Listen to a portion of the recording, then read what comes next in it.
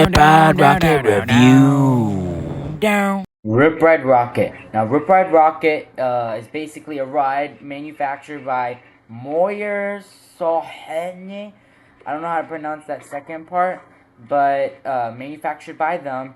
It's basically a roller coaster where you're riding throughout the track, does not invert anytime, and you basically rock out. Before you get on, you put down your lap bar, there's a little tablet, you choose a genre, you choose the songs that they have, and then you begin to rock out. Now this video fills me with joy for mainly one particular reason. Please run the intro.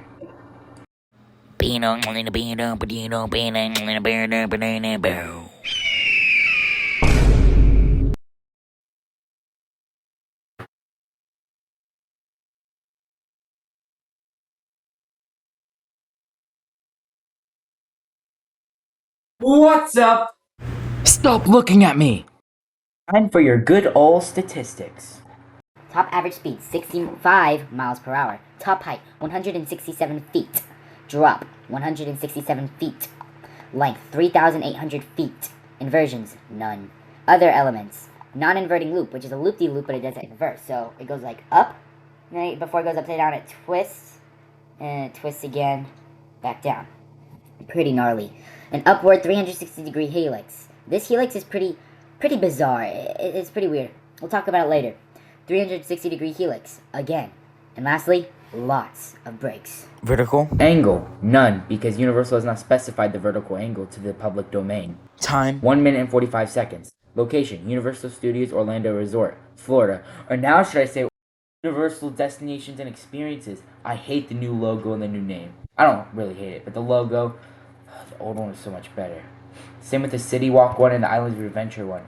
And the old Epic Universe logo. Oh, goodness gracious. Ugh. Type, steel, X-Car, music coaster. One of those three types of coasters. Because this roller coaster is a steel coaster and an X-Car that plays music as you venture off on this amazing, exciting journey of yours. Lastly, manufacturer, Morns Horsland.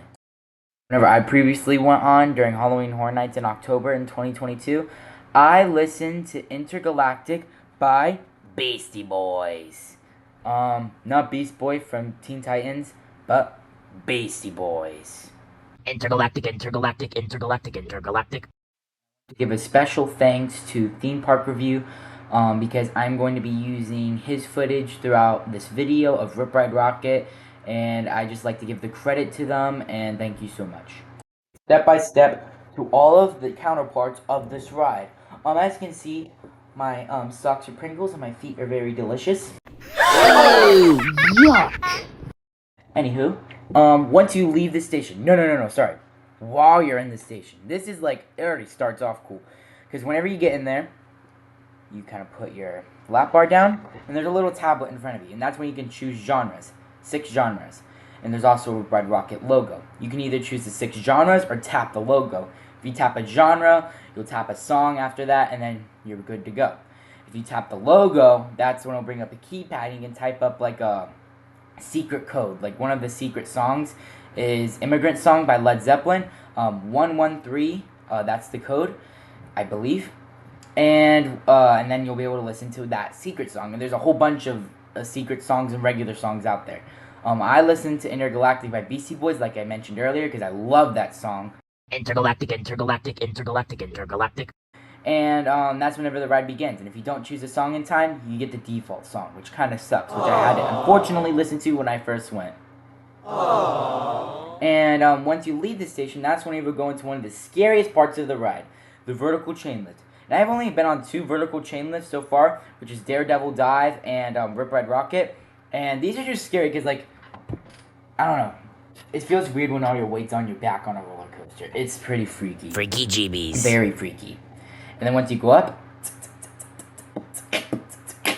and then go down the drop into drop. And after that, you'll go into the non-inverting loop, which, like I explained, you start off going up, and after that, that's when you'll kind of twist to where you don't go upside down. Then you go over it, and then you go back to twist, something like that, and finish off the loop. And this one I like because you get a good like whip when you get at the top. You kind of like, yeah, it's a good like whoa kind of motion. And then after you exit that loop, then you'll go into one out of many breaks. You'll hit the brakes. And after that, you'll drop. And after the drop, you'll go into one of the 360-degree helixes. Which this one is kind of weird because you go upwards. And then after that, you kind of go up high and then come back down. It's pretty weird, but I like the element because you kind of get to go through the New York area. And it's kind of cool to see.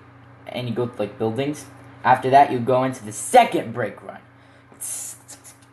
And after that, you'll go down, and you'll kind of do like some cool twisties and turnies.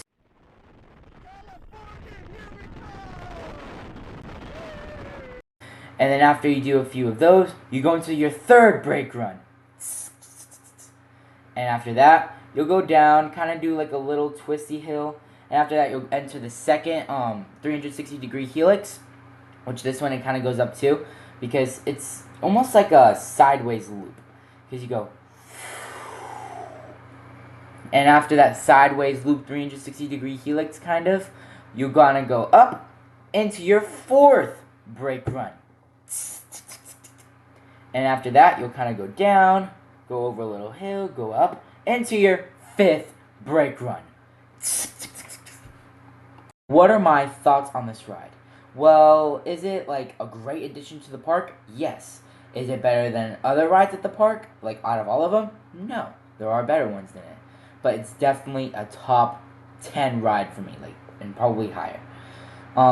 Because it's just a great experience because of the music and just some of these elements do really capture my attention. Now, what are like the 3 categories for this ride? What would I rank them? Theming, design, thrills. Okay, so what is the theming? The theming is almost like a pretty good Six Flags like themed area. Because Six Flags, like, they do alright with their theming on their rides. Like, one pretty good themed ride I can think of is the Batman at Six Flags Over Georgia. And that one is like good theming, but it's not like great theming. That's kind of like Rip Ride Rockit. Like, it has some pretty good theming. But its main contributor to the theming is just the surrounding area that it's by. But like you're literally almost like kind of going through like just concrete areas during like the first part of the ride. And I mean, eventually you go to like to the New York area, kind of go in the concrete area again. Then you kind of go into a more grassy area, which is better. But honestly, they could do so much better with the theming. Like they could add, I think like what I imagine would be cool is like they don't add like animatronics, but just like cool like little outlines of like music notes with like LEDs to make it glow. And I just think like that would just be cool. Just it adds to the theming element instead of it being like on like just a concrete area. They should add like a roof on that area. Not like a big one, just maybe a light one, to where maybe they can add like props and stuff and make it look more, I guess, concerty or livey or Hollywoody. But yeah, so the theming, I'm gonna have to give it a 6 out of 10 because for Universal Park, it's kind of disappointing. Now the design.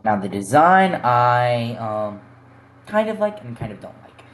What I don't like, the station. The station is very mediocre compared to other Universal like queue lines, which is super themed, super immersive. And this one's just like Superman compared to Batman. You have mid, and then you have not mid. Quite simple. So the design, I'm going to have to give a 6 out of 10. And that's just me being nice, because the only reason why I'm being nice is because of the train. The train I actually really like, because it almost reminds me of like a retro car, like a retro design. And especially at night whenever the lights turn on the train, it's just a very nice train. And definitely, like, I guess gives more experience along with the music and the elements. So I'm going to have to give the design a 6 out of 10. Lastly, the thrill. Now, is this the most thrilling ride? No. Is it the most underwhelming ride? No. Because me, like, I actually, like, really like this ride. Even though there is 4 mid-break runs, 5 in total, including the end one. Like, it still adds a pretty good pace throughout the ride besides the very end.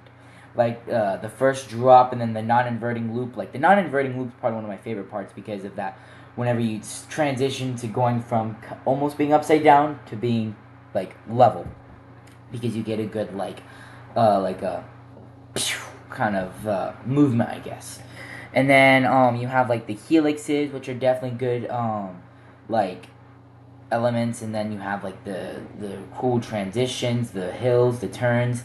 Not much airtime on this ride, but with the music, like the music just adds to the experience. Listening to Intergalactic while moving through this ride, it is just such a magical experience, because you're literally like I don't even know how to describe it. It's so undescribable, so unreal. Anyways, I'm gonna have to give the thrill a 8 out of 10, because even though it's mainly the mid-break run that isn't doing it for me. And honestly, if they were to retrack this ride, that'd be awesome, because they could do so much with this ride and still make it an incredible ride. They just need to, I guess, make it more intense and make it smoother. I don't mind it being rough, but some people do. Final score of this ride is going to be a 7 out of 10, because it's kind of in between the 6 and 8 range. And I feel like that's a pretty good score for this ride, because 7 out of 10, I feel like it's like a good ride. And 6 out of 10, that's when it starts being like, okay, it's an alright ride, and so on and forth. I am now clearly depicting on what the band Queen is.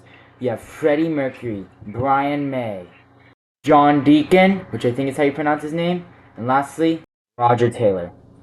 And Queen, especially Mr. Freddie Mercury, is very zesty.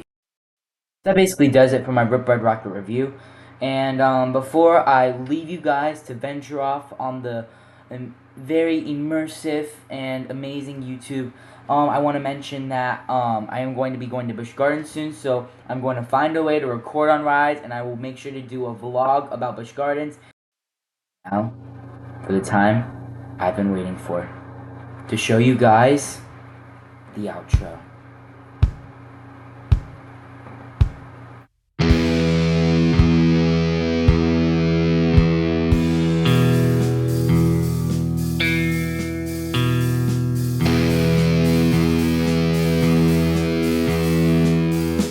Like and subscribe to Series Coasters and press the notification button to be notified for other posts.